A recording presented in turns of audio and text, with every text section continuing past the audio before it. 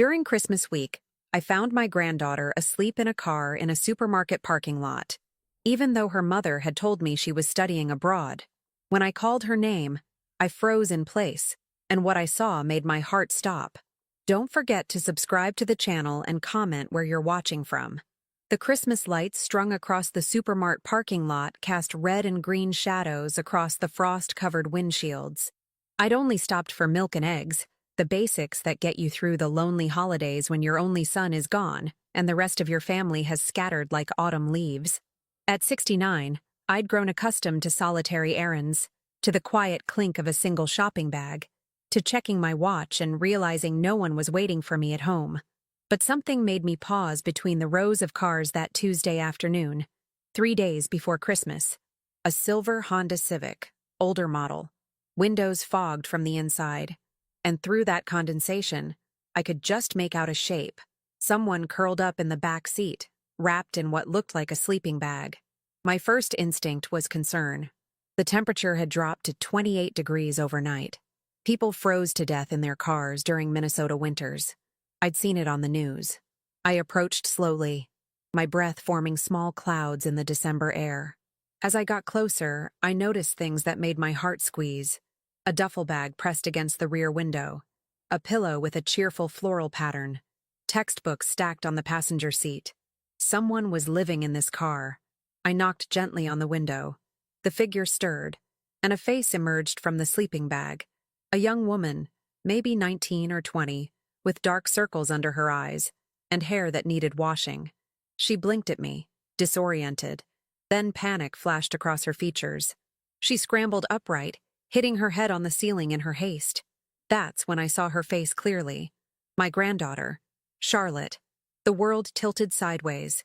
I grabbed the car door to steady myself, my groceries falling from my hand, eggs cracking against the frozen asphalt. Charlotte? My voice came out as a whisper, then stronger. Charlotte! She rolled down the window a crack, and I could see she was trembling. Whether from cold or fear, I couldn't tell.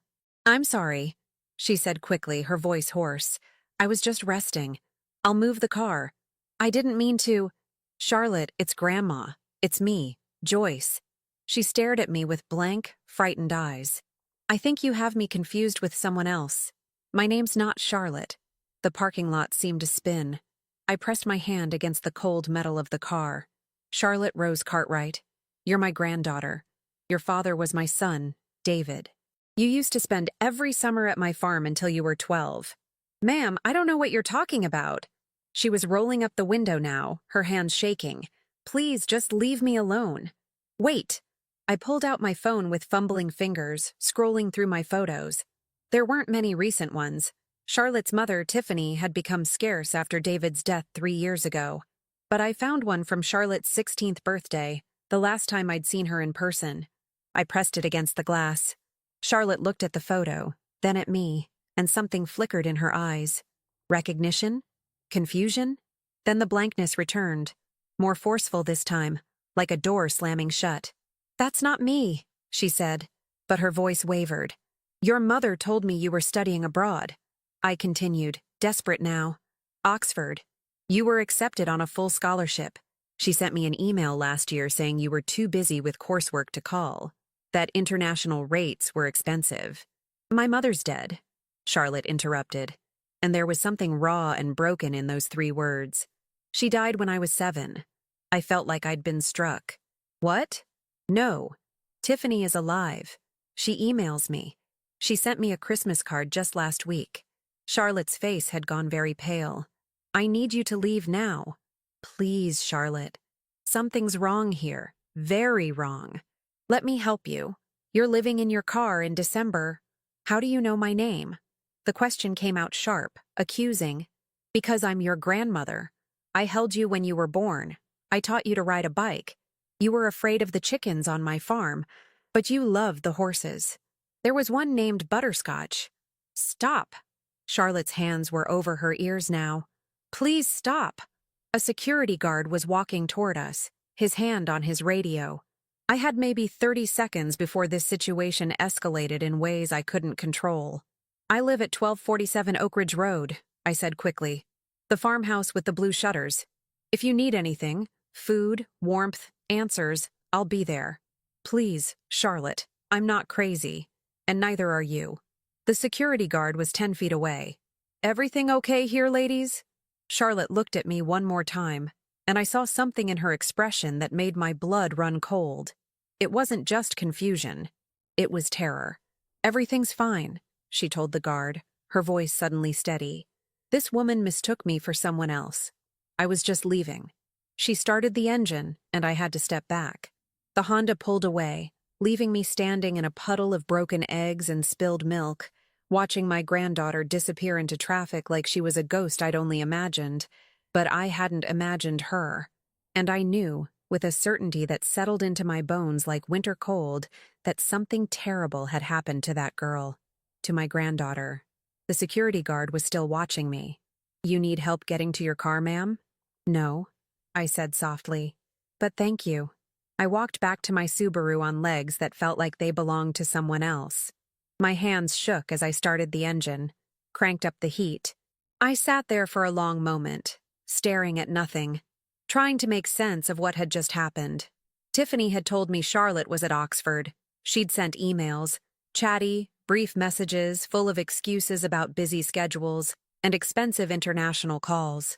She'd promised Charlotte would visit during summer break, then claimed the girl had landed an internship in London. There was always a reason why Charlotte couldn't come to the phone, couldn't video chat, couldn't visit, and I'd believed her. Because what grandmother suspects her own daughter-in-law of lying about something so fundamental? I pulled out my phone and scrolled through my messages. Found the last email from Tiffany, dated December 19th, just 5 days ago. Dear Joyce, Charlotte's doing wonderfully at Oxford. She's made the dean's list and is thinking about staying through the summer term. She asked me to tell you Merry Christmas, and she misses your apple pie. Hope you're keeping warm. Tiffany. My thumb hovered over the call button. Part of me wanted to dial Tiffany's number immediately, demand an explanation, but something held me back. An instinct honed over 69 years of navigating difficult situations, of learning when to speak and when to watch. If Tiffany had lied about Charlotte's whereabouts for over a year, there was a reason, and confronting her directly might make things worse for Charlotte. I needed information first. I needed to understand what I was dealing with. I drove home slowly, my mind racing. The farmhouse looked exactly as I'd left it. The Christmas wreath on the door that I'd hung more out of habit than joy. The lights in the window that made the place look less empty. My husband Tom had died 8 years ago. David, our only child, had passed away 3 years ago. A heart attack at 42, sudden and cruel. Tiffany had been devastated. Or so I'd thought. Now I wondered what else I'd been wrong about. Inside, I made tea I didn't drink and sat at the kitchen table with my laptop. I started with the easy things, Charlotte's social media accounts. But they'd been inactive for months.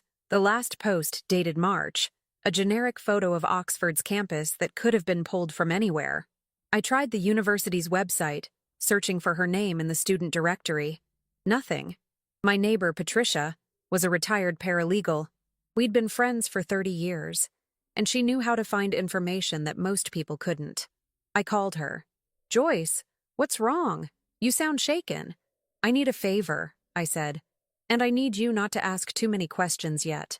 20 minutes later, Patricia was at my kitchen table with her laptop, her reading glasses perched on her nose. You want me to run a background check on your own daughter-in-law? She asked carefully. And find anything you can about Charlotte. Her current address? Credit cards? Bank accounts? Anything. Patricia studied my face. What happened? I saw Charlotte today. She's living in her car. And she pretended she didn't know me.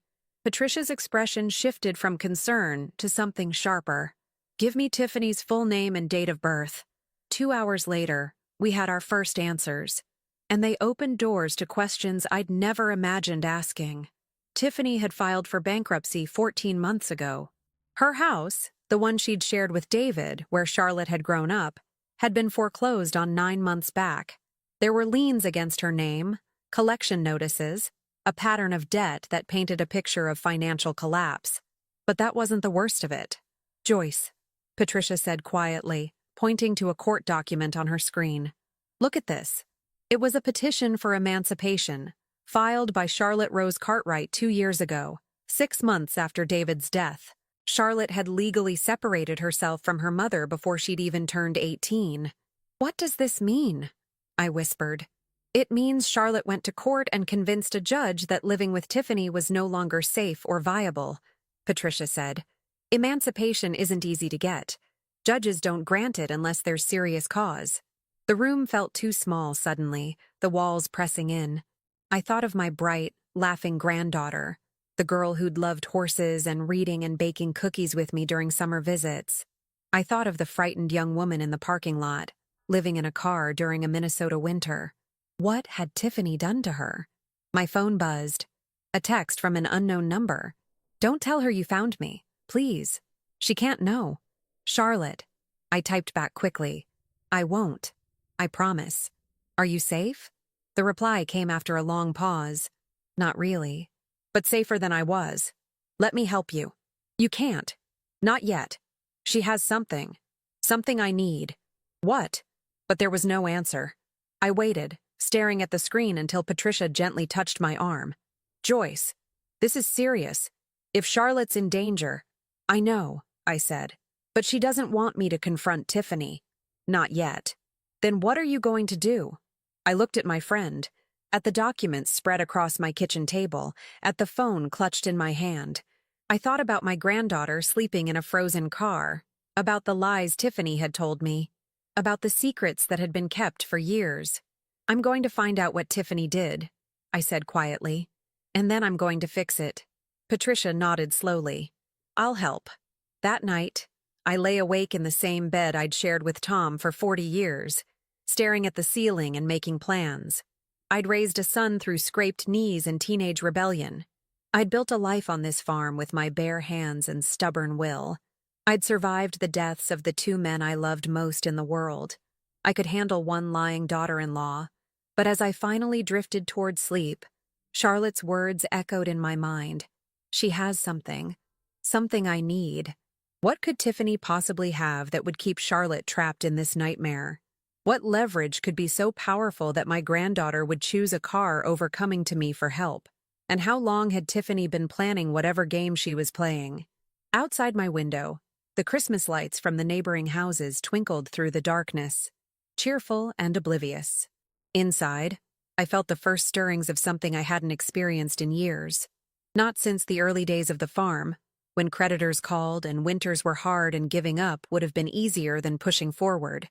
I felt the cold, clear determination of a woman who'd been underestimated one too many times. Tiffany didn't know it yet, but she'd made a critical mistake.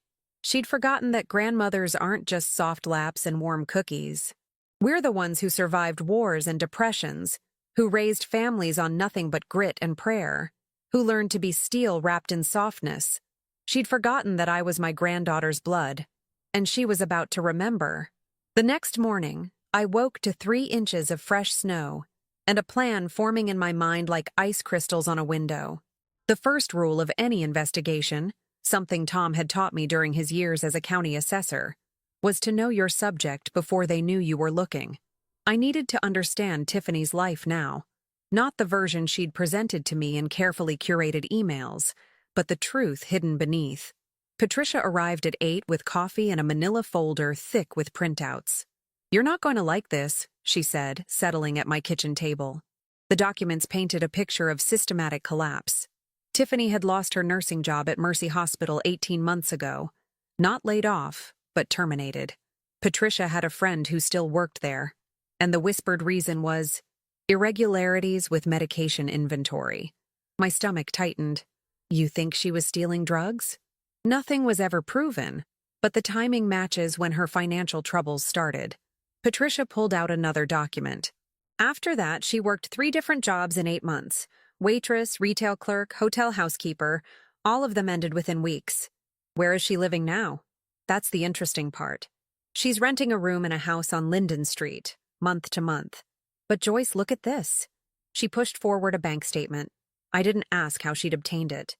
Regular deposits. $2,000, first of every month for the past 9 months. Always cash deposits, so there's no sender information. Someone's paying her, I said slowly. Or she's paying someone and this is what's left over. Either way, it's not from employment. I checked. She hasn't filed taxes for any income this year. I stared at the numbers, my mind working. 2,000 a month was enough to survive on. Barely. But it wasn't enough to explain why Charlotte was living in a car while her mother had a roof over her head. Unless Tiffany had made a choice about who that money would support. My phone buzzed.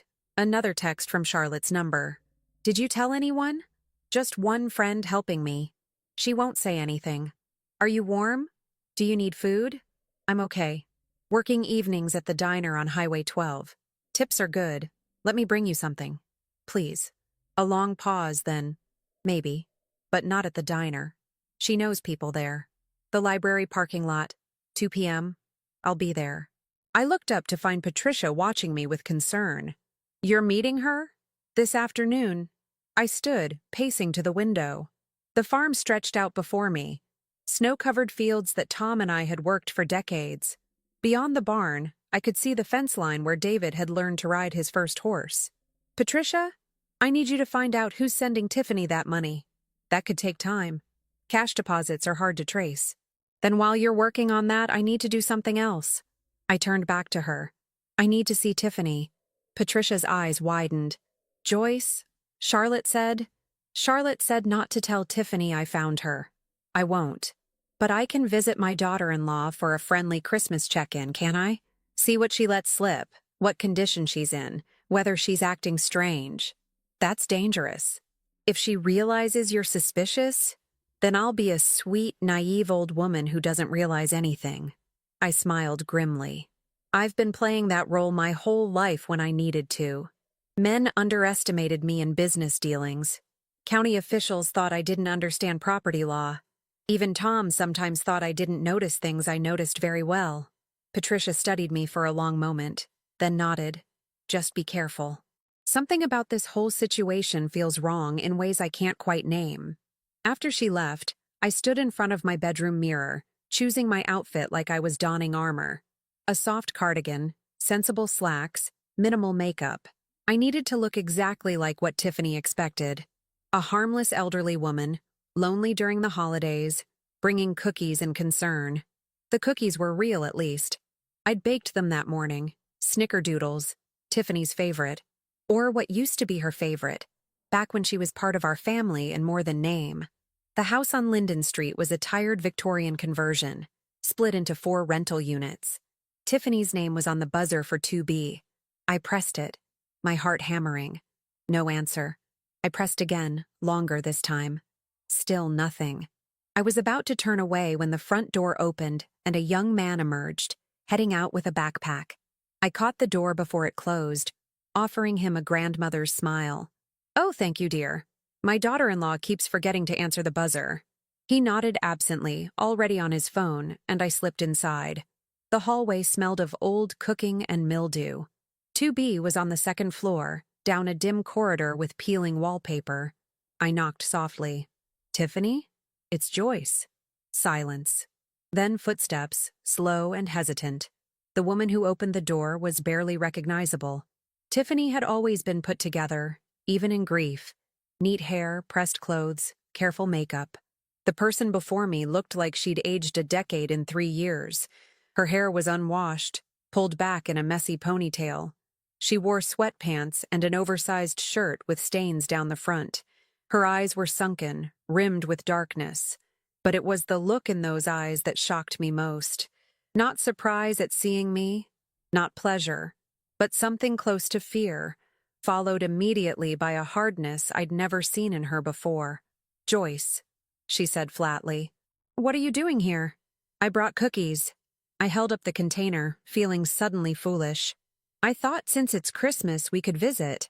I haven't seen you since last year, and I just wanted to check. I'm busy, she interrupted.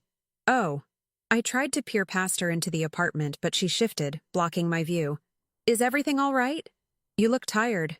I'm fine. Working a lot. You know how it is. What are you doing for work these days? Last I heard, you were at the hospital. I left there. Better opportunities elsewhere. Her hand was white-knuckled on the doorframe. Was there something specific you needed? This wasn't the Tiffany I knew. Even in the worst days after David's death, she'd maintained a veneer of warmth with me. This woman was a stranger wearing my daughter-in-law's face. I was hoping to hear about Charlotte, I said, keeping my voice light and innocent. How's she doing at Oxford? I'd love to send her a care package. Something flickered in Tiffany's expression. She's fine. Busy with finals. She'll probably call over Christmas break. That would be wonderful. I haven't heard her voice in so long. I paused, then took a risk. I was thinking I might fly out to visit her in the spring. I've never been to England. Do you think she'd like that? The color drained from Tiffany's face. No, that's not a good idea. She's very focused on her studies. A visit would be distracting. I'm sure she could spare a weekend for her grandmother. Joyce. Tiffany's voice had gone cold. Charlotte is an adult now. She has her own life. You need to respect that and stop trying to interfere. The word choice struck me. Interfere. As if my relationship with my granddaughter was an intrusion. I'm not trying to interfere, I said gently. I just miss her. I miss both of you. We're family. Family. Tiffany laughed. A harsh sound with no humor in it. You have a funny definition of that word. Before I could respond, a voice called from inside the apartment. A man's voice, rough and impatient. Tiffany? Who is it? Her face went rigid. No one. Just a neighbor. Then get rid of them. We need to finish this. Tiffany started to close the door, but I put my hand out, stopping it. Who's that? None of your business. Tiffany, please. If you're in some kind of trouble, the only trouble I have is people who can't take a hint. She pushed against the door, forcing me to step back. Go home, Joyce. Stop showing up unannounced. And stop asking about Charlotte. She's fine, she's happy, and she doesn't need you hovering over her life like some kind of helicopter grandmother.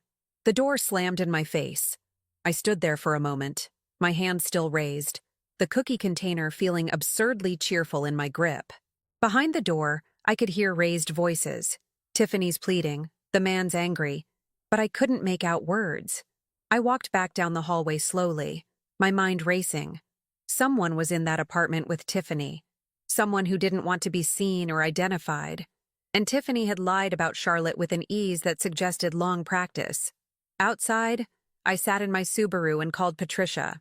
She's hiding something, I said. Or hiding from something. There's a man in her apartment, and she panicked when I mentioned visiting Charlotte in England. Did you get a look at him? No, but his voice was threatening. Patricia, I think Tiffany might be in over her head with something. That doesn't excuse what she's done to Charlotte. No, I agreed, but it might explain it. I drove to the library, arriving 20 minutes early. The parking lot was nearly empty. Most people were home with family, preparing for Christmas. I parked in a corner spot and waited. At exactly 2 o'clock, Charlotte's Honda pulled in 3 spaces away. She got out slowly, looking around nervously before approaching my car. I unlocked the passenger door, and she slid in, bringing cold air and the smell of French fries with her. Up close, in daylight, she looked worse than I'd thought. Too thin, with hollows under her cheekbones. Her hands were chapped and red, and when she pushed her hair back, I saw a bruise on her temple, fading to yellow-green. When did that happen? I asked, pointing. She touched it self-consciously. Couple weeks ago. Slipped on ice getting into my car. It's nothing. The lie was obvious, but I didn't push. Not yet. I brought you food, I said, pulling out the thermos of soup and sandwiches I'd packed. And blankets, and a space heater that runs on batteries. Her eyes filled with tears. You can't. I can't accept. Yes, you can. You're my granddaughter, Charlotte. I don't care if you remember me or not. I remember you. That's the problem, she whispered. I do remember. I remember everything. The farm, the horses, your apple pie. I remember you teaching me to knit, and how you always smelled like lavender, and the way you'd read me stories before bed during summer visits. Then why did you say you didn't know me? She looked down at her hands. Because if she found out I talked to you, if she knew I was still in Minnesota, she'd destroy the one thing I have left of him. Of your father? Charlotte nodded, and a tear slipped down her cheek. Before he died, Dad set up a trust fund for me. Not much, but enough for college. The money's locked until I'm 21. That's 14 months away. The only way to access it early is if both my parents sign off on it, or if my custodial parent agrees to transfer custodianship to someone else. Understanding dawned, cold and terrible. And Tiffany won't transfer it. She can't, because she already tried to steal it. Right after Dad died, she forged his signature on documents to drain the account. But the bank caught it because Dad had set up extra security. He told me once he was worried about her spending. They flagged the account and froze everything until I turned 18. So, when you got emancipated, the court appointed a trustee to oversee the money until I'm 21. But Tiffany still has something the bank needs to fully release the funds. Charlotte's hands were shaking. Dad's original death certificate. The real one, not the copy. The trust documents require it for final verification of the custodial parent's status. She took it from the house before I could get it, and now she's holding it hostage. Why would she do that? What does she want? Charlotte's laugh was bitter. Money, obviously. She says if I give her half the trust, she'll hand over the certificate. If I don't, she'll destroy it, and the bank says it could take years to get court approval for release without it. By then, I'll have lost any chance at college, at getting out of here. I felt rage building in my chest, hot and sharp. Charlotte, that's extortion. We can go to the police. No, her hand shot out, gripping my arm. That's exactly what she wants.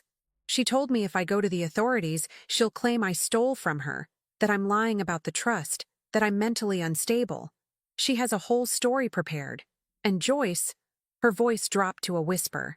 She has friends. Bad friends. The man who's been staying with her. I don't know who he is, but he scares me. Last month I saw her meeting with him at a truck stop. And the way he looked at me? She shuddered. You saw her? Does she know you're still here? I don't think so. I've been so careful. I use a fake name at work. I never go anywhere she might be. But I'm terrified she'll find out. That she'll do something before I turn 21 and can get my money and disappear. I pulled Charlotte into a hug, feeling how she trembled against me. You're not disappearing. And you're not giving her 1 penny of your father's money. Then what do? I'm trapped, Joyce. In 14 months, I'm free. But I don't know if I can survive 14 more months living like this. You won't have to, I said firmly. You're going to come stay with me. I can't. If she finds out, then she won't find out. We'll be smart about this. You'll park your car somewhere she'd never look. We'll say you're a hired hand, helping with the farm. No one questions an old woman getting help with chores. But my job, you'll keep it. We'll work around it. Charlotte, please, let me help you. She looked at me with David's eyes, and I saw the war between hope and fear playing out on her face. Finally, she nodded. Okay, but there's something you need to know first. Something about why Mom is so desperate for money. The man in her apartment? Not just him. Joyce, Mom's involved in something. I don't know what exactly, but it's bad.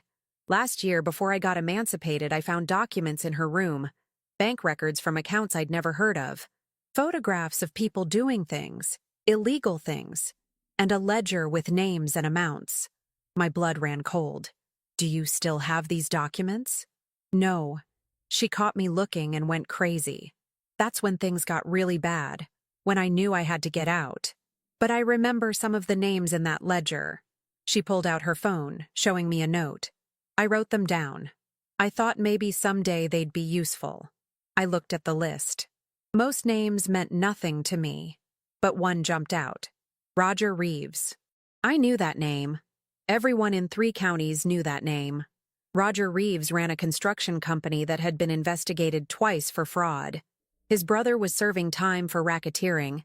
The Reeves family had fingers in every shady deal from here to the Iowa border. Charlotte, I said carefully, if your mother is involved with the Reeves family, then we're both in danger, she finished. Yeah, I know. We sat in silence for a moment, the weight of it settling over us like snow. Then Charlotte spoke again, her voice small. I'm scared, Joyce. Not just for me. For you too. If you help me and she finds out, I don't know what she'll do. I took her cold hand in mine. Then we'll make sure she doesn't find out until it's too late. And in 14 months, when you get your money, we'll have the last laugh. What if 14 months isn't fast enough? What if she finds that death certificate and destroys it out of spite, just because she can? It was a valid fear. I'd seen the look in Tiffany's eyes that morning. She was desperate, and desperate people did desperate things. Then we find it first, I said. Charlotte's eyes widened. How? I don't know yet, but I will. I squeezed her hand. Your father didn't raise you to be a victim, Charlotte. And his mother didn't raise him that way either. We're survivors. And survivors fight back smart. She managed a weak smile. Dad used to say you were the toughest person he knew. Your father was right. I started the car, cranking up the heat. Now let's get you home. The real home. Where you belong. As we pulled out of the library parking lot, I caught a glimpse of a dark truck idling at the far end. Just sitting there, engine running. The windows were tinted too dark to see inside. Charlotte, I said quietly, is that truck following you? She looked, and her face went white. I don't know. Maybe. I've seen one like it near my work sometimes, but I thought I was being paranoid. You're not paranoid if they're really watching, I said grimly. The truck didn't follow us, or if it did, it stayed far enough back that I couldn't spot it. But the seed of worry had been planted. Tiffany wasn't just holding a document hostage. She was involved with dangerous people, and now that I'd shown up at her door asking questions, I'd put myself on her radar. What had Charlotte said? She has friends, bad friends. And what had the man in Tiffany's apartment said? We need to finish this. Finish what? As the farmhouse came into view, snow-covered and peaceful in the winter afternoon, I felt the first real stirring of fear. Not for myself. I'd faced worse than Tiffany and her mysterious associates. But for Charlotte, for my granddaughter, who'd been surviving alone for far too long, who'd lost her father and been betrayed by her mother, who'd trusted me enough to come out of hiding. I would protect her, whatever it took. But first, I needed to understand exactly what we were up against. And I had a feeling that understanding was going to lead me somewhere very dark indeed. Charlotte moved into the farmhouse that night, parking her Honda in the old equipment barn where it couldn't be seen from the road. We agreed on a cover story. She was a college student I'd hired to help with winter chores and keep me company. The neighbors knew I'd been talking about getting help, so it wouldn't raise eyebrows. What would raise eyebrows was what I planned to do next. You're going to break into her apartment? Patricia's voice rose an octave over the phone the next morning. Joyce, that's illegal. That's necessary, I interrupted. Charlotte can't access her own inheritance because Tiffany is holding a legal document hostage. That certificate belongs to Charlotte as much as it belongs to Tiffany. I'm just retrieving stolen property. A prosecutor wouldn't see it that way. Then I won't get caught. I kept my voice calm, but my heart was racing. I'd never broken a law in my life beyond the occasional speed limit violation. But this was different. This was for Charlotte. For David's daughter. Patricia sighed heavily. When? Tomorrow morning. Tiffany works at a warehouse now. I saw her time card on her fridge when the door swung open. She leaves at 7, comes back at 3:30. How do you know she keeps the certificate in her apartment? I don't. But where else would it be? She doesn't have a safe deposit box. Those show up in bank records. She doesn't have family nearby, and she's paranoid enough that she wouldn't trust anyone else with it. What if that man is there? I'd thought about that. The man in Tiffany's apartment had sounded aggressive, territorial, but he'd also said, we need to finish this, implying he wouldn't be staying indefinitely. Then I'll be very quiet, I said. Patricia, I need you to do something for me. Can you watch the apartment tomorrow? If Tiffany comes back early, call me immediately. This is insane. I know. Will you help me anyway? A long pause. Tom would have hated this. Tom would have done the exact same thing if David's daughter needed him. She couldn't argue with that. Fine. But if you get arrested, I'm telling everyone I tried to talk you out of it.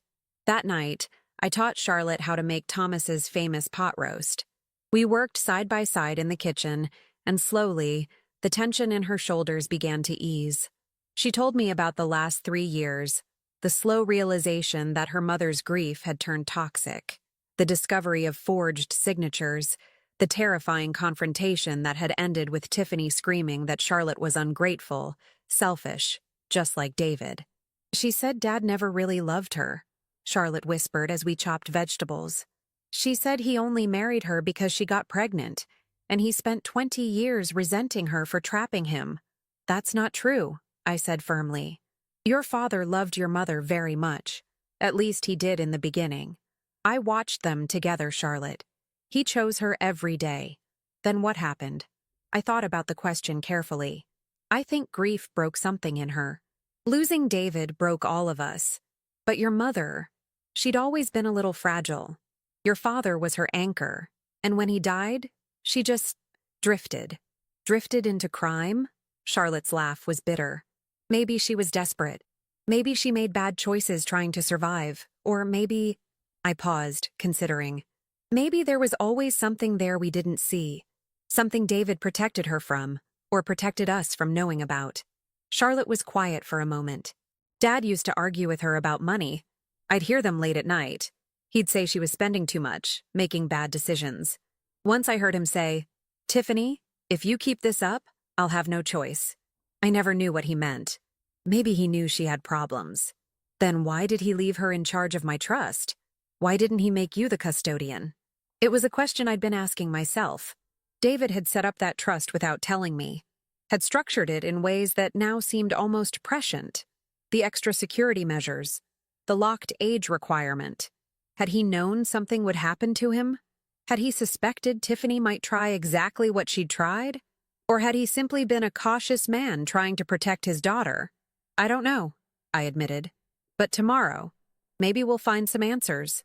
The next morning dawned clear and cold. I dressed in dark, practical clothes, black jeans, a navy sweater, Thomas's old work jacket.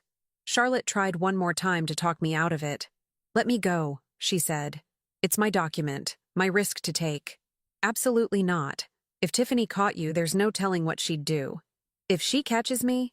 I shrugged. "I'm a confused old woman who got the addresses mixed up. Who's going to arrest a grandmother?" Patricia was already parked down the street from Tiffany's building when I arrived at 7:30. We'd watched Tiffany leave for work 20 minutes earlier, and the man's truck, the same dark vehicle we'd seen at the library, had left 15 minutes before that. "Apartment's empty," Patricia confirmed over the phone. "But Joyce, I'm begging you to reconsider." "I'll be quick," I promised. Getting inside was easier than I'd expected. The front door lock was broken. Probably had been for months based on the scratches around the mechanism. I climbed the stairs to 2B, my heart hammering so hard I could hear it in my ears. Tiffany's lock was better maintained, but I'd come prepared. Years ago, when I'd locked myself out of the farmhouse, Tom had shown me how to open our old doors with a credit card. Tiffany's door was old too, with the same kind of simple lock. It took 3 tries, but the door swung open. The apartment was worse than I'd glimpsed through the crack before. Dishes piled in the sink, clothes scattered across furniture, the sharp smell of cigarettes and something else. Something chemical that made my nose wrinkle. The main room was barely furnished. A sagging couch, a card table with folding chairs, a small TV on a plastic crate. I moved quickly, searching the obvious places first.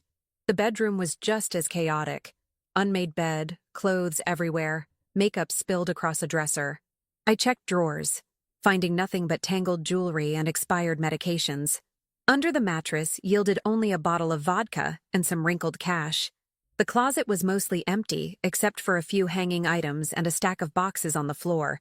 I pulled them out one by one. Old photos, tax documents from years ago, Charlotte's baby clothes that made my heart squeeze. But no death certificate. I was running out of places to look. The bathroom, the kitchen cabinets, behind the water heater, nothing. 40 minutes had passed. I needed to leave. Then I remembered the card table in the main room.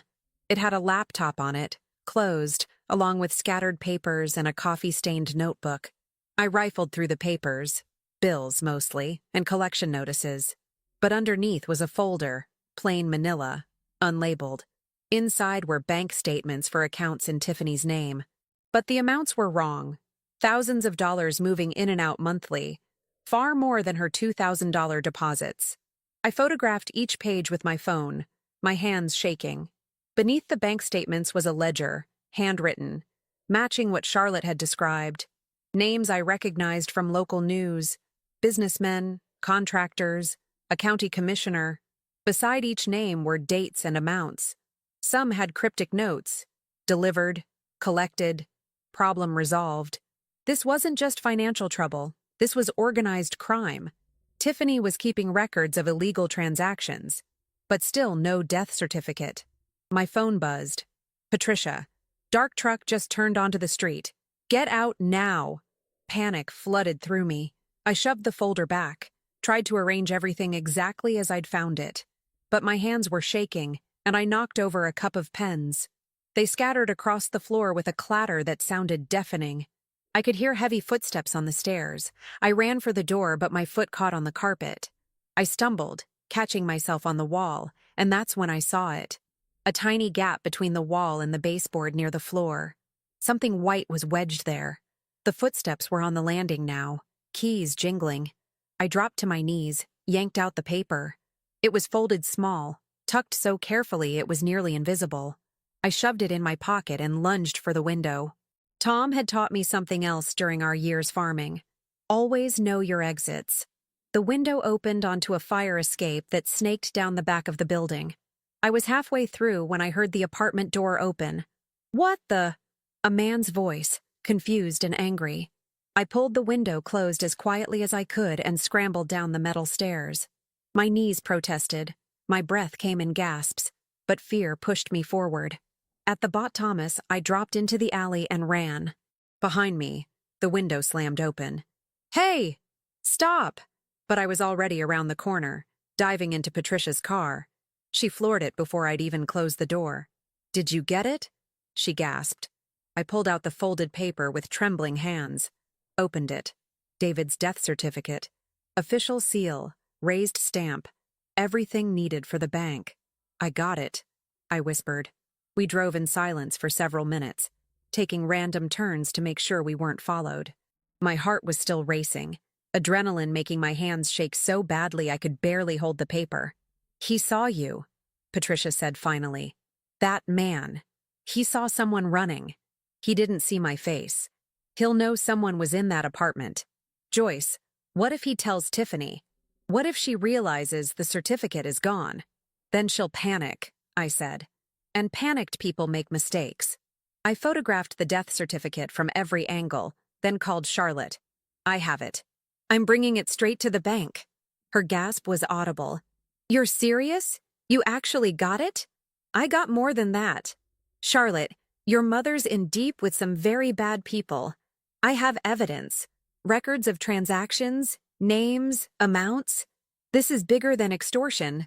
This is organized crime. The line was silent for so long I thought we'd been disconnected. Then Charlotte spoke, her voice strange and hollow.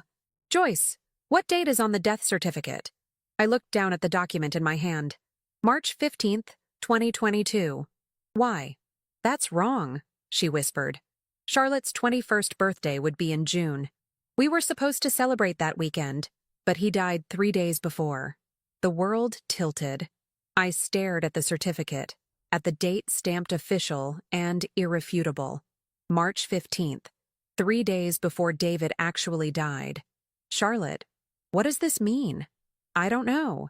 But Joyce, if the date is wrong, if someone falsified this... Her voice broke. What if Dad didn't die of a heart attack? What if someone killed him? The phone nearly slipped from my hand. That's impossible. There was an autopsy, the hospital, the doctors. Did you see the autopsy report? I hadn't. Tiffany had handled all the paperwork, all the arrangements. She'd been so devastated, so overwhelmed, that I'd let her manage everything while I dealt with my own grief. But what if that had been a mistake? What if Tiffany's grief had been an act? I need to go, I told Charlotte. I need to think. Be careful. Please. If Mom finds out you have that certificate, she won't. Not yet. I hung up and turned to Patricia. Drive to your house. We need to dig deeper into David's death. Joyce, what's going on? I don't know, but I'm starting to think we've been asking the wrong questions. I looked down at the death certificate again, at the wrong date stamped so officially. and felt ice spreading through my veins. We've been trying to figure out why Tiffany is involved with criminals. Maybe we should be asking when it started, and what she was willing to do to get that money. Patricia's face went pale. You think she killed David?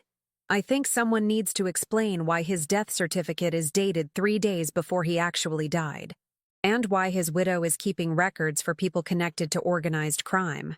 I pulled out my phone, looking at the photos I'd taken of Tiffany's ledger. One name jumped out at me now with new significance. Roger Reeves, with a date beside it.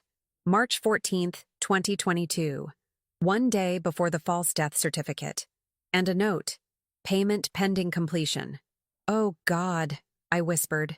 Patricia, I think David's death wasn't an accident, and I think Tiffany was involved in planning it. My phone rang. Unknown number. I answered it carefully. Mrs. Cartwright? A man's voice, unfamiliar and cold. I believe you have something that doesn't belong to you. My mouth went dry. Who is this? A concerned friend of Tiffany's. She's very upset about her missing property. I'd like to arrange a return. I don't know what you're talking about. The woman who ran out of the apartment this morning. The one who took a document from its hiding place. That was you, wasn't it, Mrs. Cartwright? How did he know my name? How did he know to call this number? I'm hanging up now. I wouldn't do that. Not if you care about your granddaughter's safety. His voice was pleasant, conversational, which made it somehow worse. Charlotte is working at the diner on Highway 12 tonight, isn't she? She gets off at 10. That's a dark parking lot. Lots of things can happen in dark parking lots. Terror gripped my chest. Don't you dare touch her. Then bring back what you took. Tonight, 9 o'clock. The old grain elevator on Route 47. Come alone.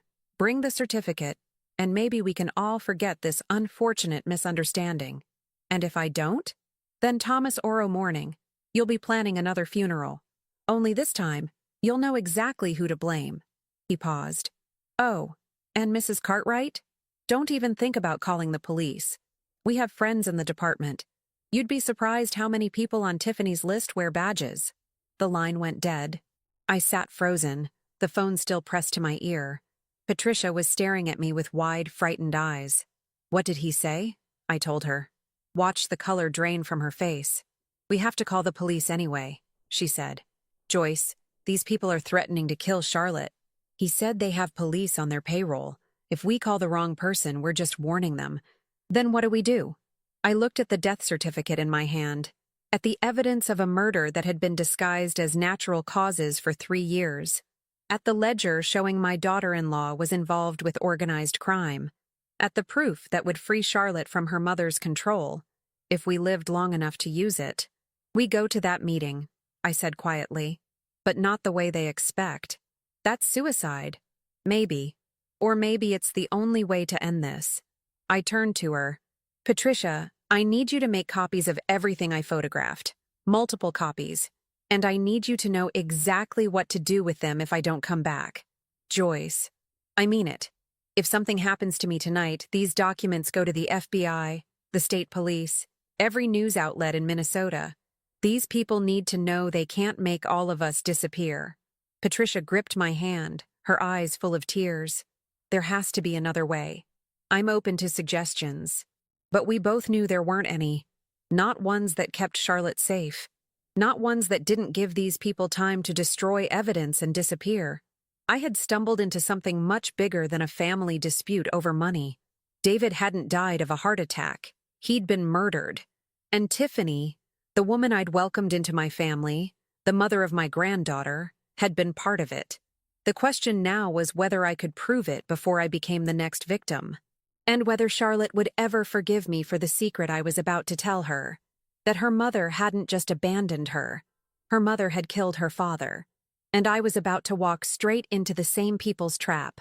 I had 6 hours to prepare for a meeting that would probably get me killed. The smart thing would have been to run. Take Charlotte and disappear into another state. Change our names, start over. But running wouldn't give Charlotte her inheritance.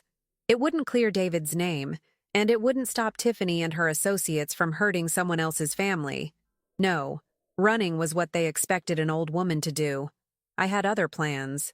You're not actually going to that grain elevator, Charlotte said when I returned to the farmhouse. She was pacing the kitchen, her face white with fear. Joyce, please. Let them have the stupid certificate. We'll find another way. There is no other way, and I'm not letting them have anything. I sat down at the kitchen table, spreading out the photocopies Patricia had made. Charlotte, I need you to tell me everything you remember about the day your father died. What? Why? Because something doesn't add up. The death certificate says March 15th. You say he died on the 18th. Help me understand the timeline. Charlotte sank into a chair, her hands twisting together. It was a Tuesday. Dad had been complaining about chest pains for a few days, but Mom kept saying it was just stress from work. That morning, he said he felt dizzy. Mom told him to rest, that she'd take him to the doctor after her shift at the hospital. She went to work that day? Yeah. She kissed him goodbye around 7. I was getting ready for school. It was my 17th birthday that weekend, remember? Her voice cracked. When I got home at 3:30, the ambulance was there. They said Dad collapsed around noon. The neighbor, Mrs. Hendricks, heard him fall and called 911. But your mother wasn't home? She was at the hospital, working. Charlotte's eyes widened. Joyce, are you saying... I'm saying your mother had opportunity. She worked in a hospital with access to medications. She had motive, your father's life insurance and your trust fund. And now we know she was connected to people who could help her. But the autopsy, they said it was a heart attack. I pulled up the photos I'd taken of Tiffany's ledger on my phone. Look at this entry. Roger Reeves, March 14th. Payment pending completion. The next entry is March 18th. The day your father actually died. Completion confirmed. Final payment arranged. Charlotte stared at the screen, her face crumbling. No, she wouldn't. She's awful. She's a liar and a thief. But she wouldn't murder him. She loved him. Did she? I asked gently. Or did she love what he represented? Security. Respectability. Money. Stop it. Charlotte stood abruptly, tears streaming down her face. You don't know that. You're just guessing. She was right. I was guessing. But my gut, honed over 69 years of reading people, of surviving in a world that underestimated women, told me I was guessing correctly. My phone rang again. The same unknown number. Mrs. Cartwright, just checking that we're still on for tonight. You wouldn't want to disappoint us. I'll be there, I said coldly. But I want guarantees. Proof that Charlotte will be safe. The man laughed. You're not in a position to negotiate. But since I'm a reasonable person, here's what I'll offer.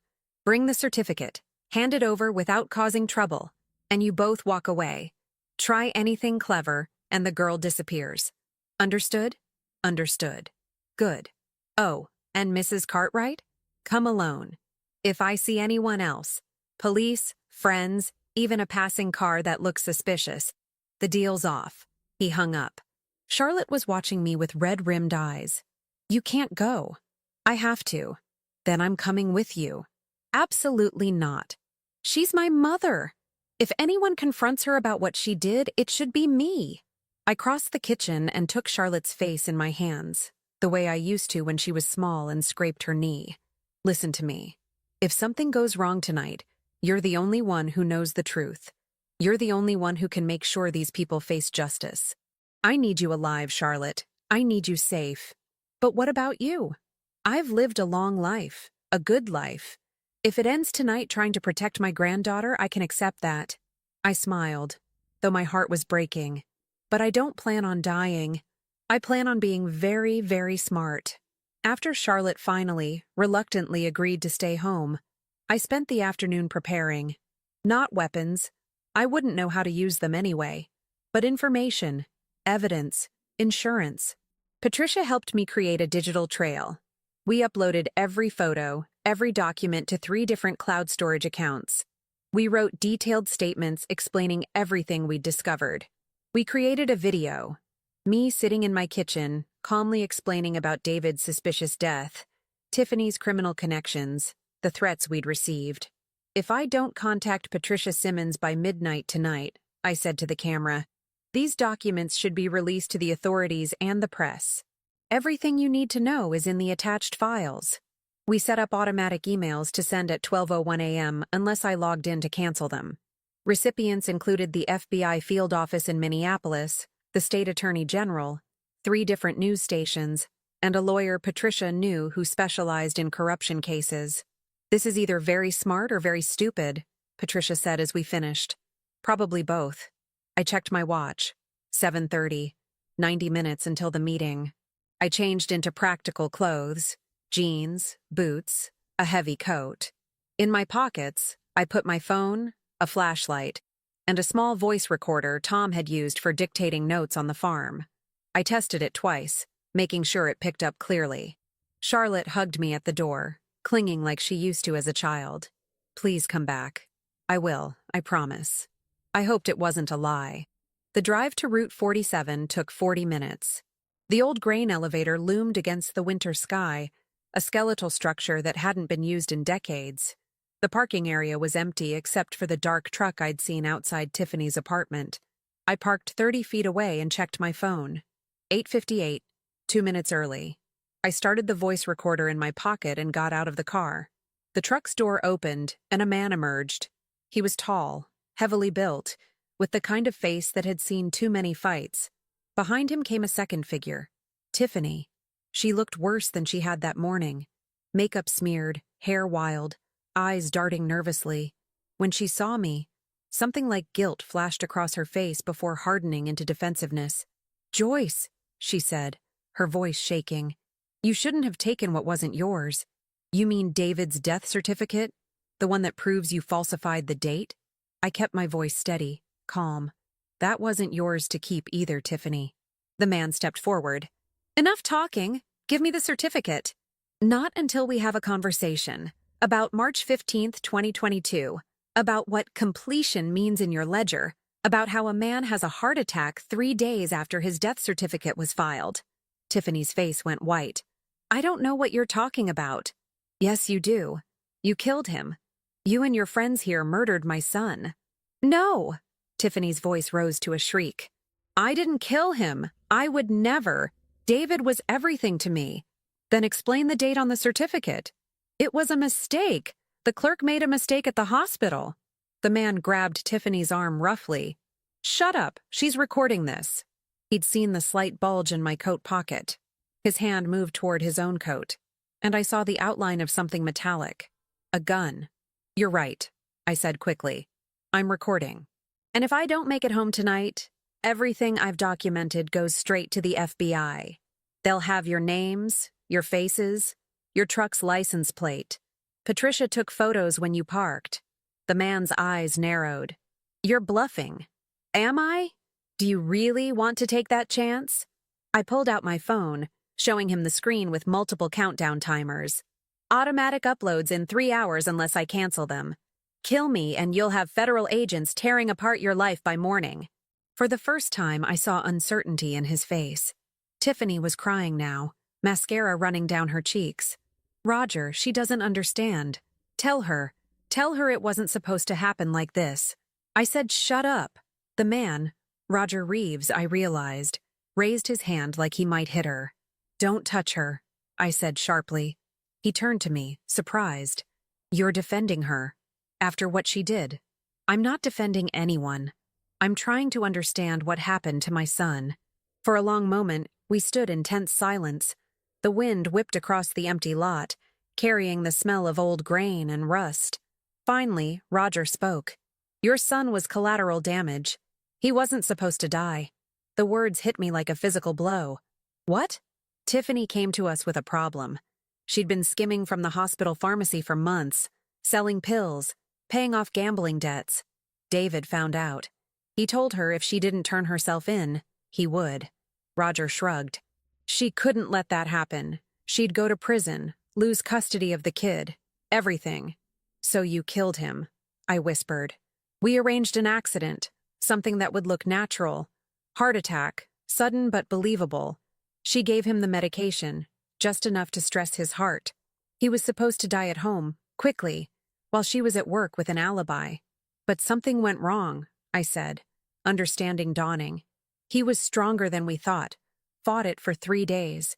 By the time he finally went down, The original death certificate we'd filed was already dated wrong.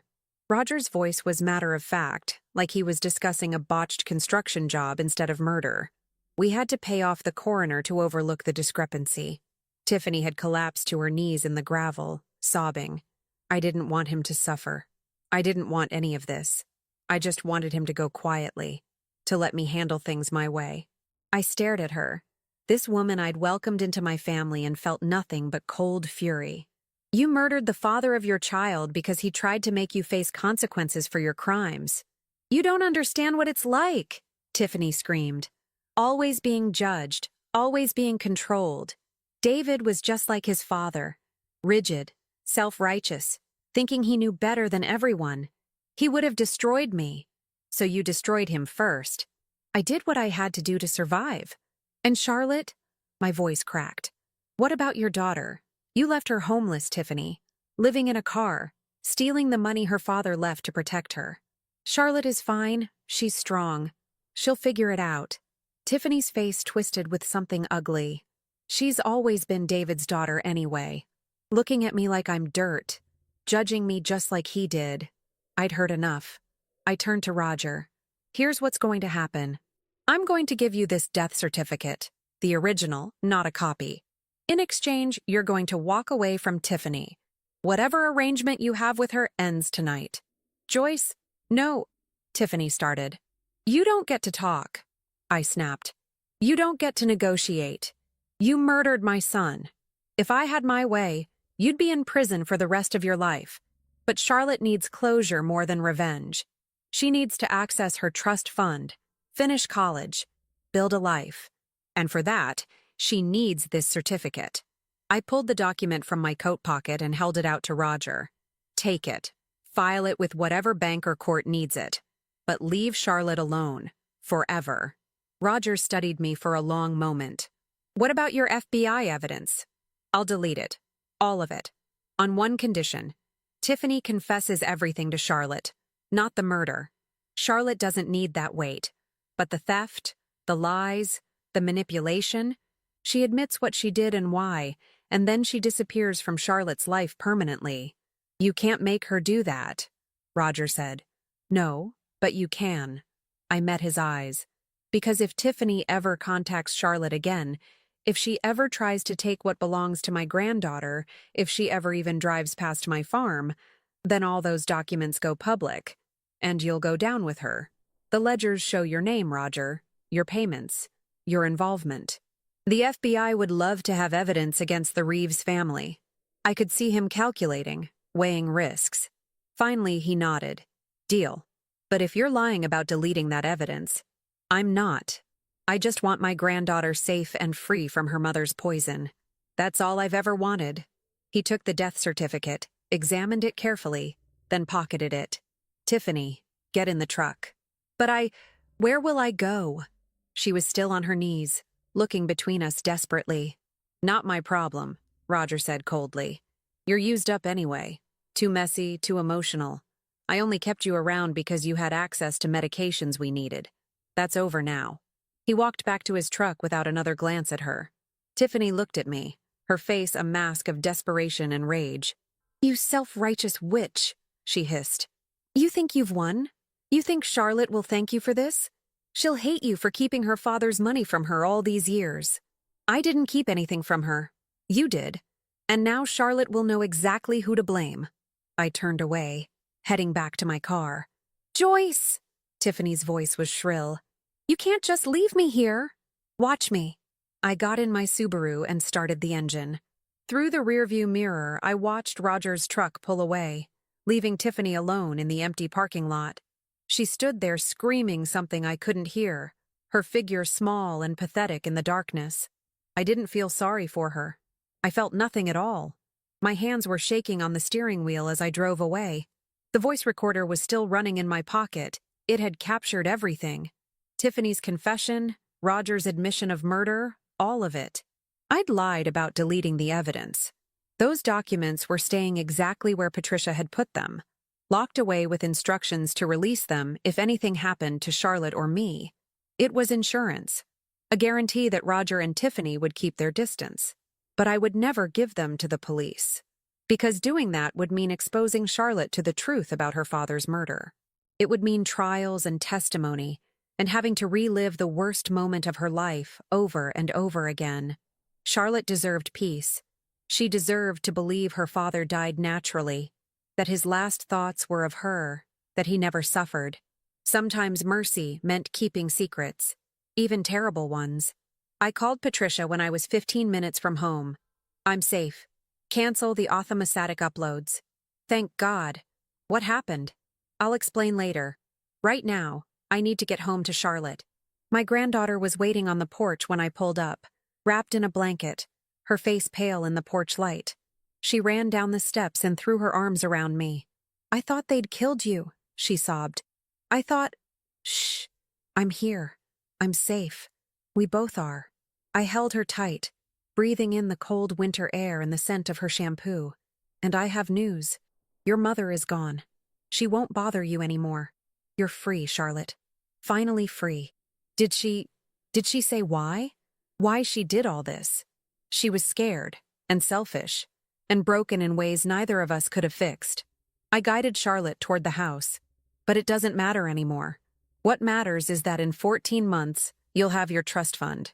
You'll go to college. You'll build the life your father wanted for you. Inside, the farmhouse was warm and bright.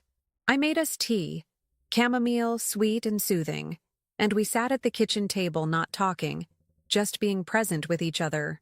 Charlotte didn't need to know about murder confessions or criminal conspiracies. She needed to know she was loved, protected, home. Later, after Charlotte had finally fallen asleep in the guest room that had once been David's childhood bedroom, I sat alone in the dark living room and let myself cry. For my son, who'd died trying to do the right thing. For my granddaughter, who'd survived more than any child should have to. For the daughter-in-law I'd thought I knew, who'd turned out to be a stranger. The death certificate was gone, but Charlotte would be able to access her trust fund through the bank's alternative procedures. It would take time and paperwork, but it would happen. And Tiffany? She would disappear into whatever life criminals built for themselves when they became liabilities. Part of me hoped she'd find redemption somehow.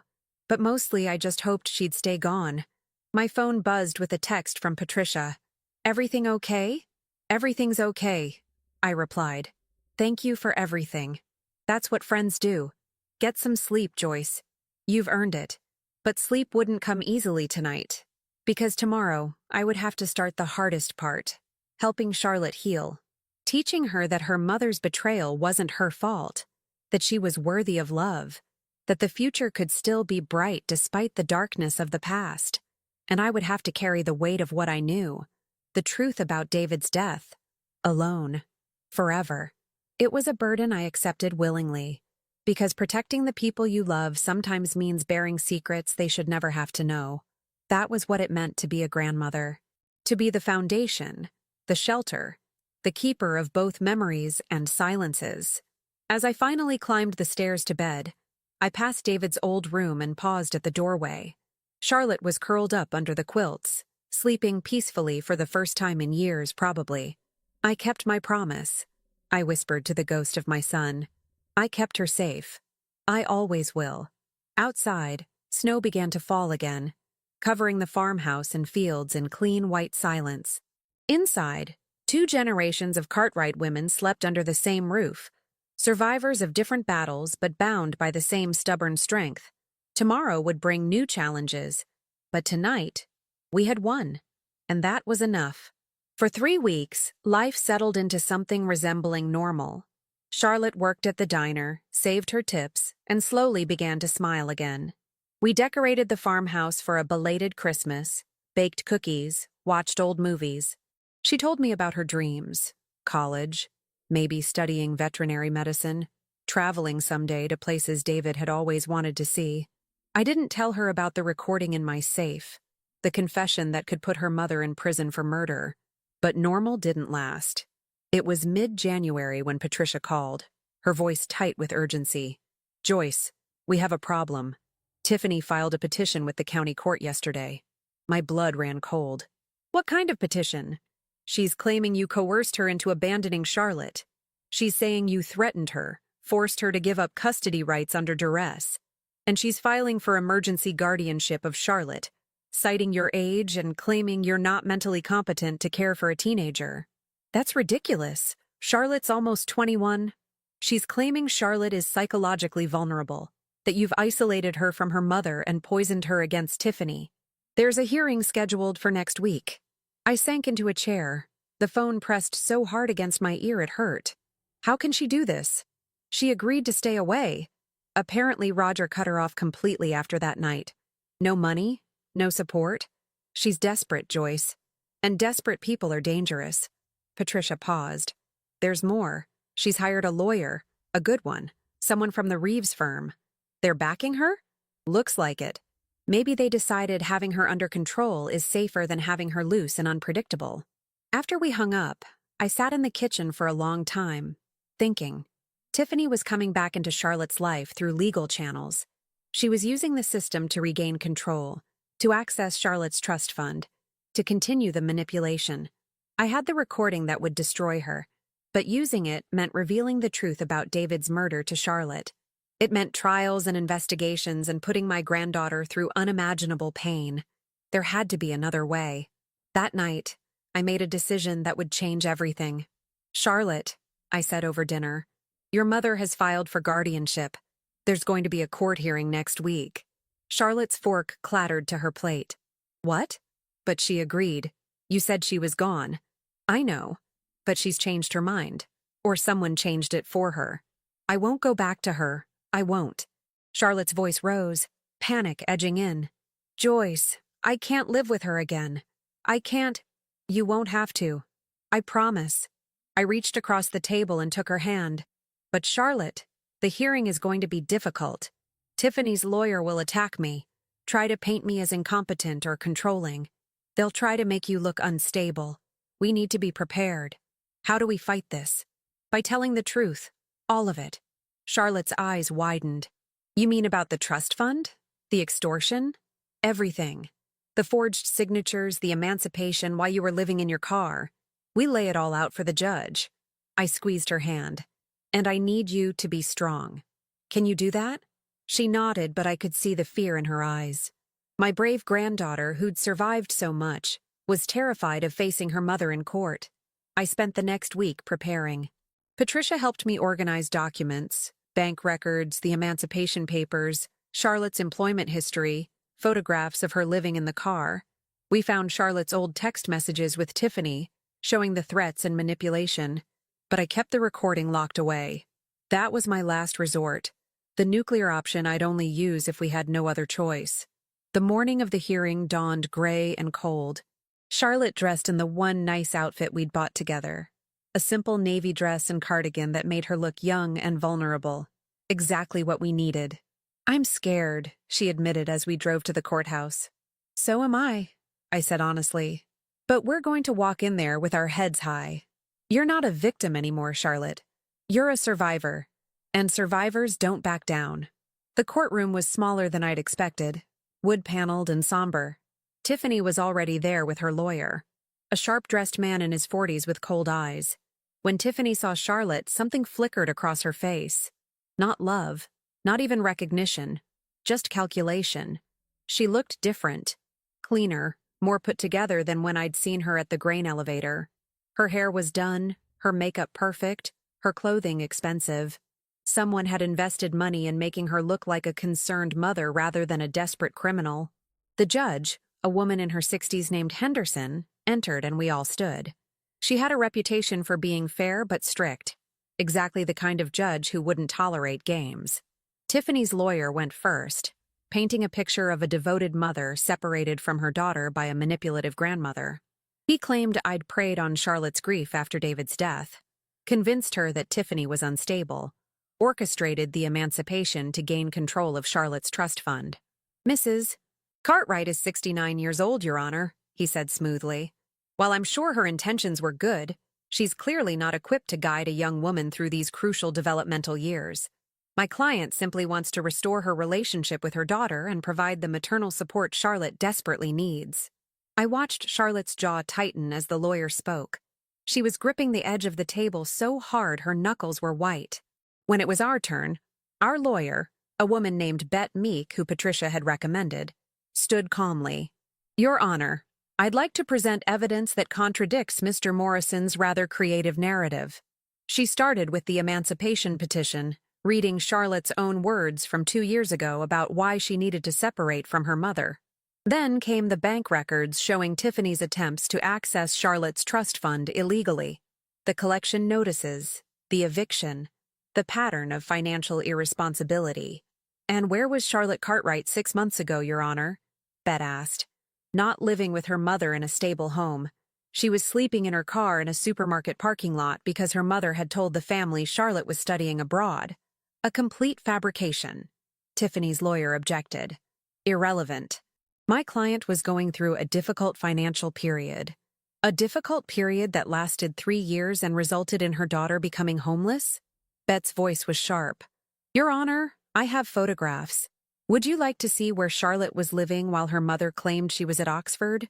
The judge nodded, and Bet displayed photos on the courtroom screen. Charlotte's car, crammed with her belongings. The sleeping bag. The textbooks purchased used because she couldn't afford new ones. I watched Tiffany's face as the images appeared. She didn't look guilty. She looked annoyed, like we were embarrassing her with unnecessary details. Your Honor, Bet continued, Mrs. Cartwright didn't manipulate Charlotte. She rescued her. When she discovered her granddaughter living in a car 3 days before Christmas, she did what any decent person would do. She brought Charlotte home. And yet, Judge Henderson said, looking at me over her glasses, you didn't immediately contact Ms. Cartwright to inform her of her daughter's whereabouts. Why not? This was the moment I'd been dreading. I stood slowly. Because Charlotte was terrified of her mother, Your Honor. And when I spoke to Tiffany, I understood why. I pulled out my phone, playing the audio from my visit to Tiffany's apartment. The hostile tone, the man's voice in the background, Tiffany's order to stop asking about Charlotte. That's taken out of context. Tiffany's lawyer interjected quickly. Is it? I turned to face Tiffany directly for the first time. Then perhaps your client can explain why she told me Charlotte was at Oxford when she knew perfectly well her daughter was homeless in Minnesota. Tiffany stood, her chair scraping loudly. I was protecting her. Ms. Cartwright, please sit down, Judge Henderson said sternly. No, you don't understand. None of you understand. Tiffany's composure was cracking, her voice rising. Charlotte is my daughter. Mine. I carried her, I raised her, I sacrificed everything for her. You tried to steal her inheritance, I said quietly. That money should have been mine. David left it to Charlotte to punish me, to control me from beyond the grave. She was shouting now, tears streaming down her face. He always controlled everything. The money, the house, every decision. And then he died and left me with nothing. He left you with a daughter who needed you, I said. And you abandoned her. I didn't abandon her. I needed time. I needed to figure things out. The debts were crushing me. And those men, they said they could help. What men? Judge Henderson's voice cut through the courtroom like a blade. Tiffany froze, realizing too late what she'd said. Her lawyer grabbed her arm, trying to get her to sit down, but she shook him off. This is all your fault, she hissed at me. You and your self-righteous judgment. You never thought I was good enough for David. You never accepted me into your precious family. I welcomed you, I said, my voice breaking slightly. I loved you like a daughter. I trusted you with my son's happiness and my granddaughter's well-being. And you betrayed all of us. Betrayed you? You have no idea what I went through. Living in David's shadow, being compared to his perfect mother, watching him give Charlotte everything while I got scraps. He gave Charlotte a trust fund to protect her from you. The words burst out of me before I could stop them. He knew, Tiffany. He knew you had problems with money, with control, with taking what wasn't yours. That's why he structured the trust the way he did. That's why he put extra security on it. He was trying to protect his daughter from her own mother. The courtroom went silent. Even Tiffany's lawyer looked shocked.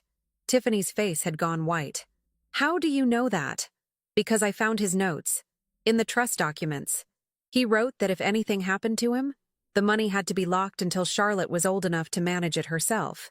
Because he was afraid of what you might do. It was a lie. I'd never found such notes. But I could see in Tiffany's eyes that it was a truth she recognized. He didn't trust you, I continued softly. And he was right not to. Something broke in Tiffany then. She collapsed back into her chair, sobbing. Her carefully constructed facade shattered completely. Judge Henderson let the silence stretch for a moment before speaking. Ms. Cartwright, do you have anything to say in your defense? Tiffany looked up, mascara running down her face. For a moment, I thought she might confess everything. The murder, the criminal connections, all of it. Instead, she whispered, I just wanted her to need me again, the way she used to, when she was little, before David turned her against me. Your Honor, Bet said quietly, I think it's clear that Ms. Cartwright is not in a position to provide stable guardianship for Charlotte.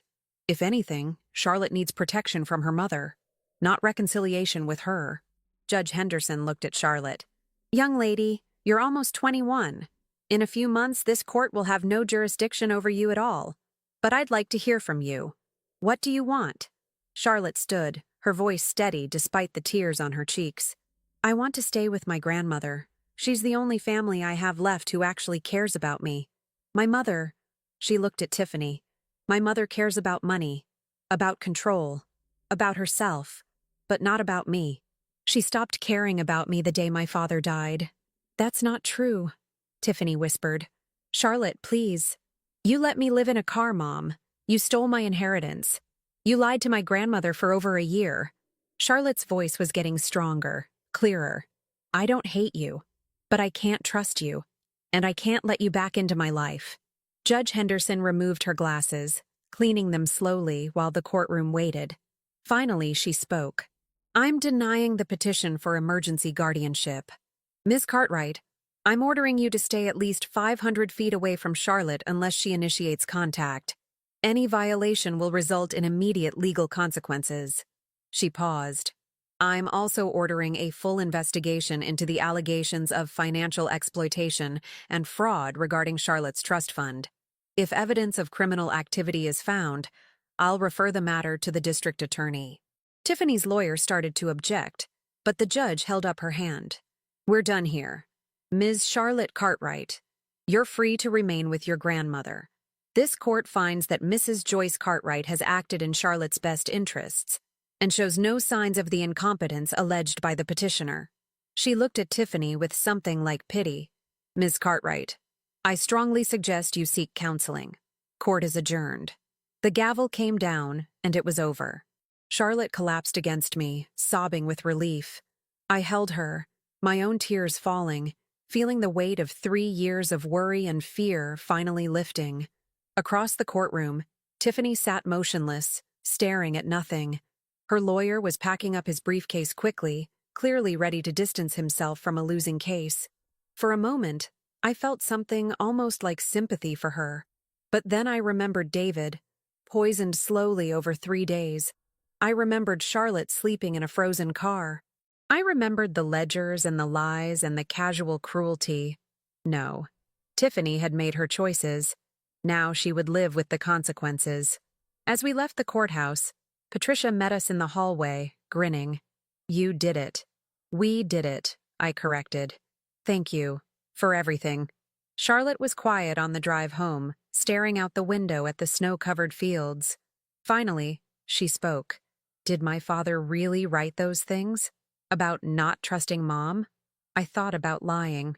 But Charlotte deserved truth, even if it was incomplete.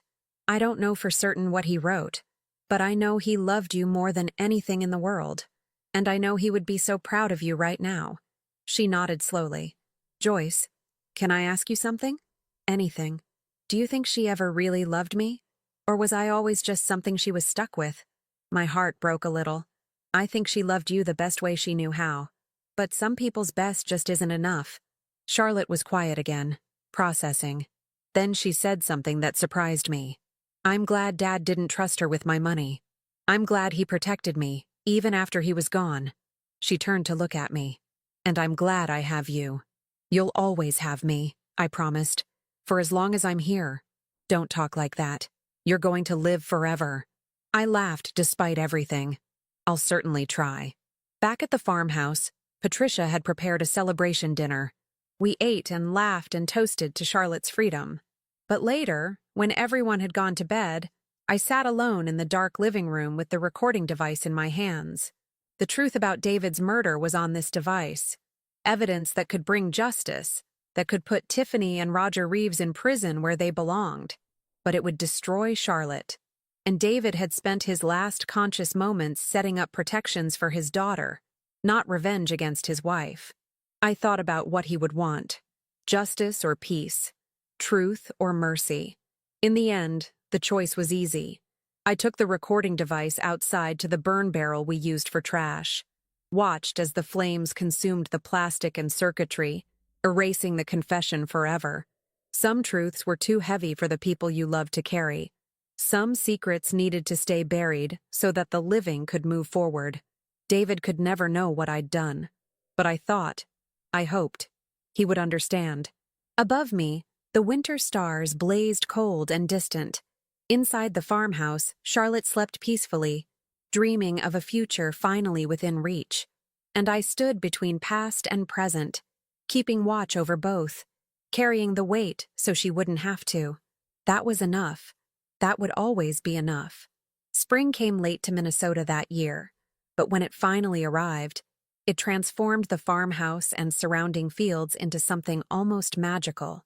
The snow melted, revealing green grass underneath.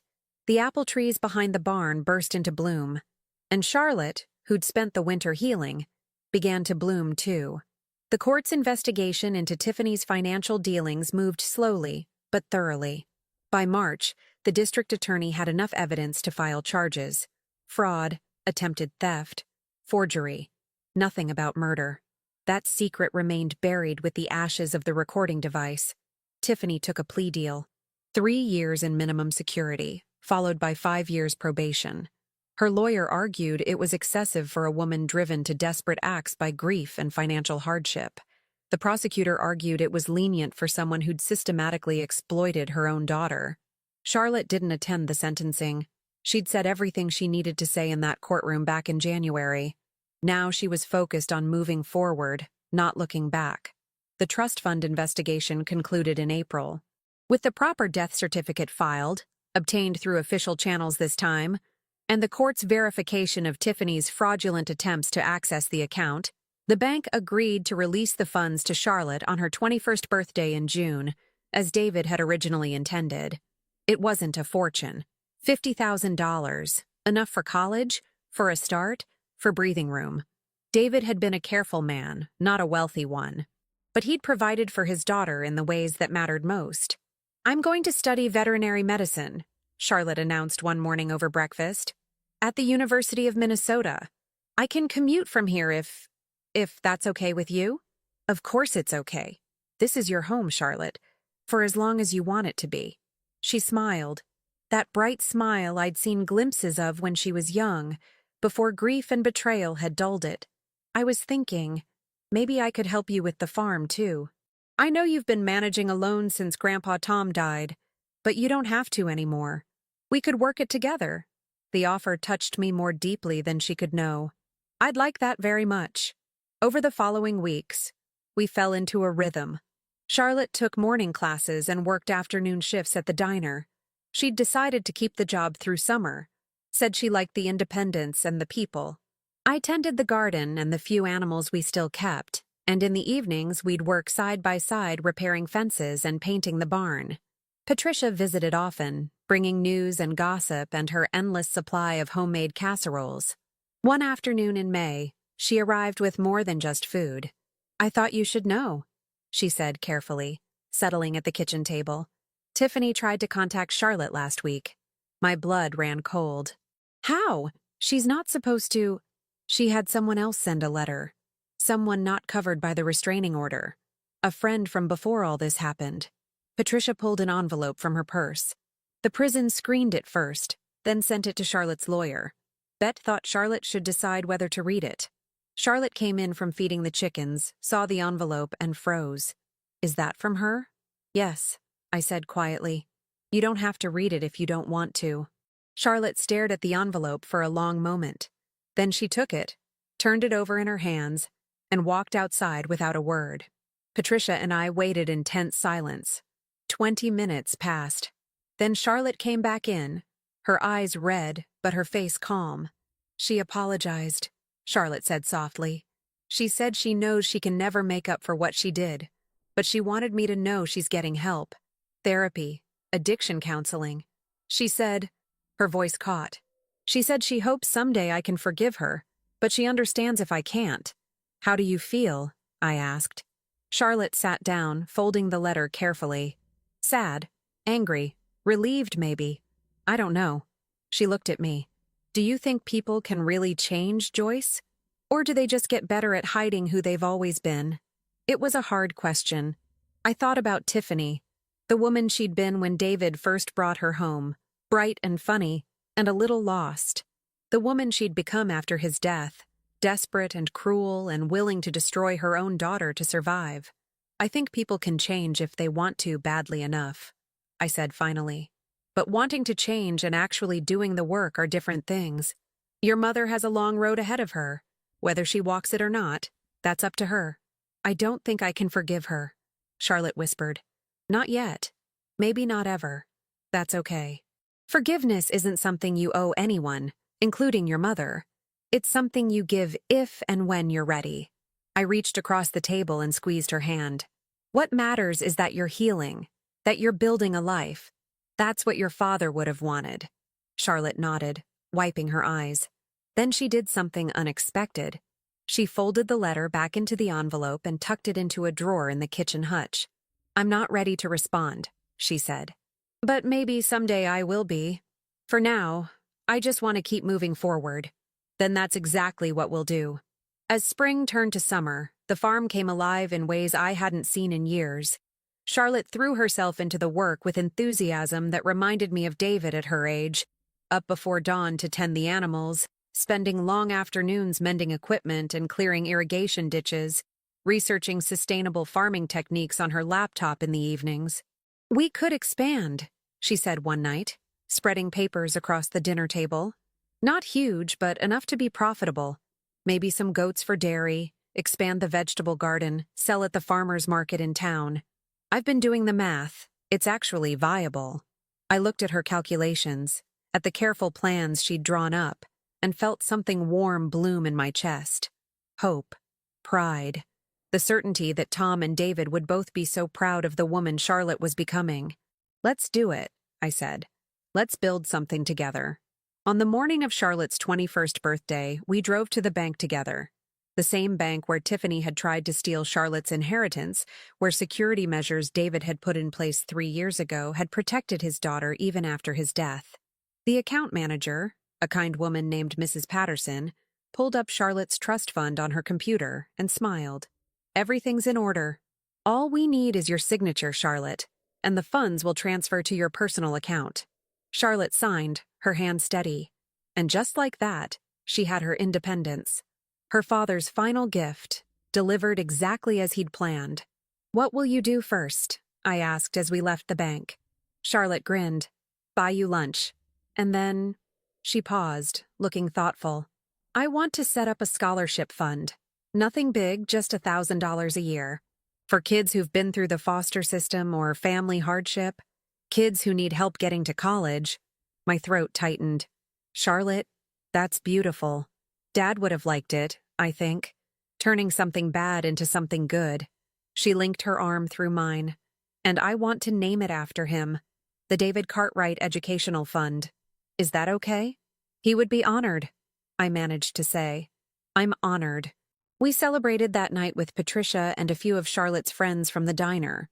Young people who'd befriended her over the past months, who knew nothing about her past, except that she was kind and hardworking and deserved happiness. The farmhouse rang with laughter for the first time in years. Later, after everyone had gone home and Charlotte had gone to bed, I stood on the porch watching the stars emerge. Patricia joined me, 2 glasses of wine in hand. You did good, Joyce, she said quietly. You saved that girl. We saved each other, I corrected. I was so lonely before she came back into my life. This house was so empty. Now it's full again. What about Tiffany? Do you ever think about what you know about David? I'd wondered when Patricia would ask. She knew I'd confronted Tiffany and Roger that night at the grain elevator. She knew I'd come back with information I'd never shared with anyone. I think about it, I admitted. But knowing the truth and acting on it are different things. Charlotte is happy now, Patricia. She's healing. She's building a future. What good would it do to drag her through the horror of learning her mother murdered her father? Justice? Justice for who? David is gone. Knowing what happened won't bring him back. And Tiffany is in prison anyway, for crimes we can prove. I took a sip of wine.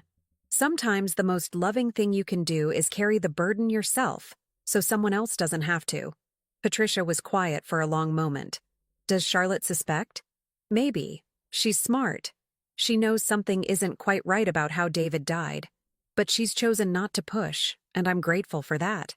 I looked at my friend. Will you judge me for keeping this secret? No, Patricia said softly. I think you're protecting your granddaughter the same way David tried to protect her.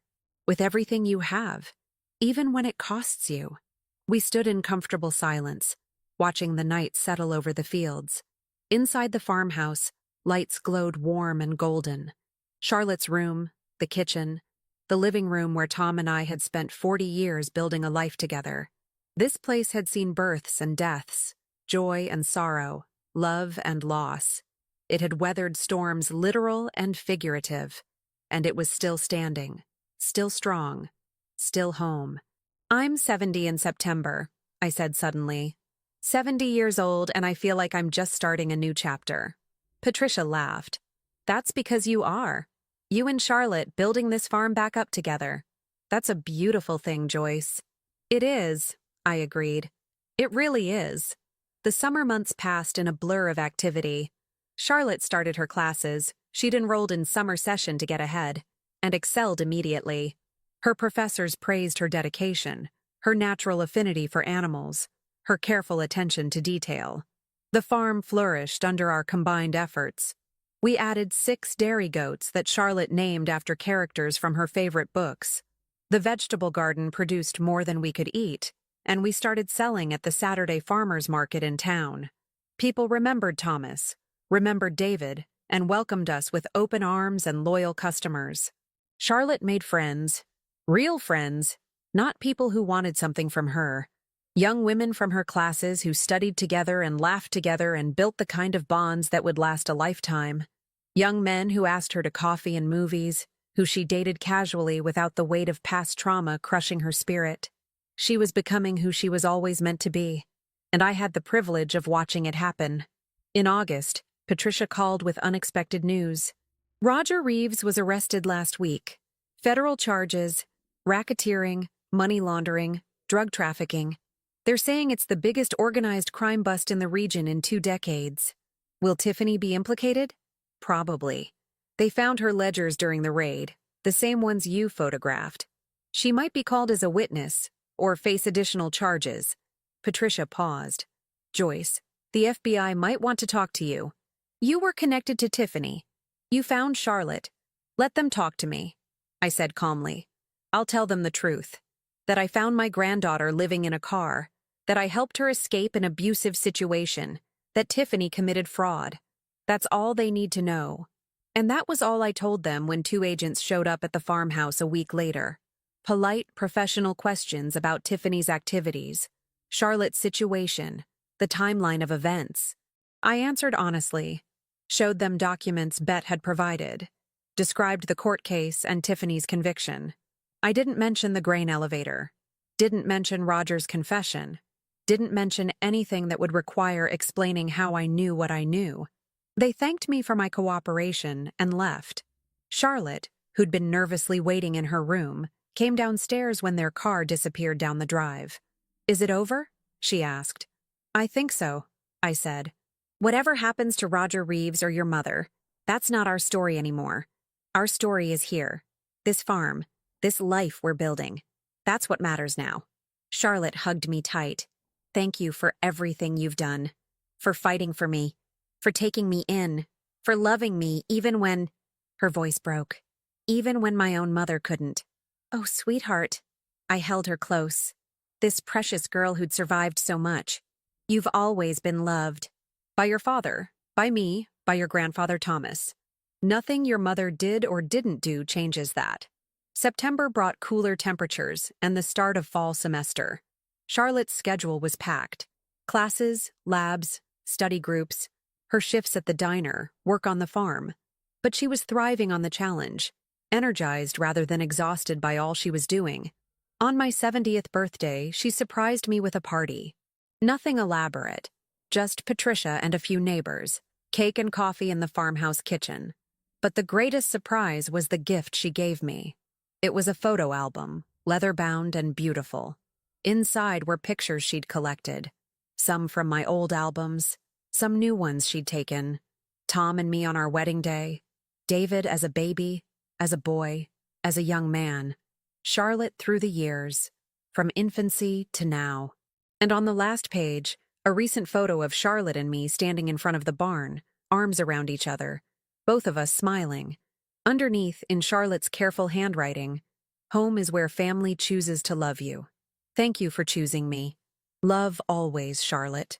I couldn't speak through my tears, could only hold the album and cry while Charlotte hugged me and Patricia dabbed at her own eyes. "You're not supposed to make old ladies cry on their birthdays," I finally managed. "Happy tears don't count," Charlotte said, grinning through her own tears. That night, alone in my room, I opened the album again and studied the photographs. The life Tom and I had built, the son we'd raised, the granddaughter we'd both loved, and the new chapter Charlotte and I were writing together.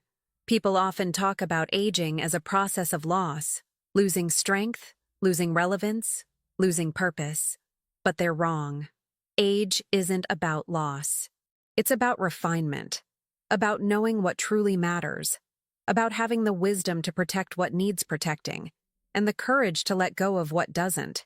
I'd lived 7 decades, buried a husband and a son, faced down criminals and courtrooms and my own fear, kept secrets that would haunt me until my last breath. But I'd also saved my granddaughter, given her a home and a future, shown her that family isn't just blood, it's choice and commitment and love that doesn't quit even when things get hard. That was my legacy. Not the farm, not the years, but the life I'd helped Charlotte build from the ashes of tragedy. As winter approached again, Charlotte and I sat together by the fireplace one evening, planning next spring's crops and discussing her coursework.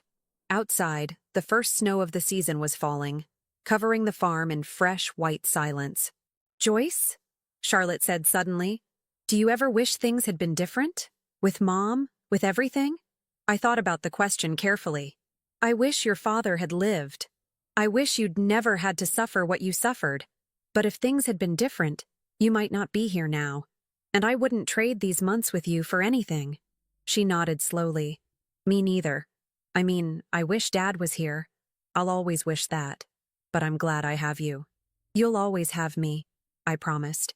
"And when I'm gone, you'll have this farm and the strength to keep building whatever life you want. Don't talk about leaving. You're going to live forever, remember." I smiled. "I'll do my best." But we both knew nothing lasted forever. People left, circumstances changed, time moved forward whether we wanted it to or not. What mattered was what we built with the time we had, the love we gave, the legacy we left behind. David had protected his daughter even after death. Tom had taught us both what it meant to work hard and love harder. And I'd learned that sometimes the strongest thing you can do is simply refuse to give up on the people you love. The snow fell heavier, blanketing the world outside. Inside, the fire crackled warm and bright. Charlotte leaned against my shoulder and I wrapped my arm around her. 2 generations of Cartwright women, survivors of different battles, bound by love and loss and the stubborn determination to keep going no matter what. We'd faced manipulation, betrayal, even murder. We'd walked through fire and come out stronger on the other side. And now, finally, we were home. The farm stood strong around us, full of memories and promise. Charlotte would go to class and I'd tend the animals. We'd work side by side in the evening, planning and dreaming and building. But tonight, we simply sat together in the warmth, grateful for what we'd survived. and hopeful for what was yet to come. Age hadn't diminished me. It had refined me into exactly who I needed to be to save the person who mattered most. And that was wisdom. That was strength. That was legacy. That was enough. Now tell me, what would you have done if you were in my place? Let me know in the comments. Thank you for watching. And don't forget to check out the video on your screen right now. I'm sure it will surprise you.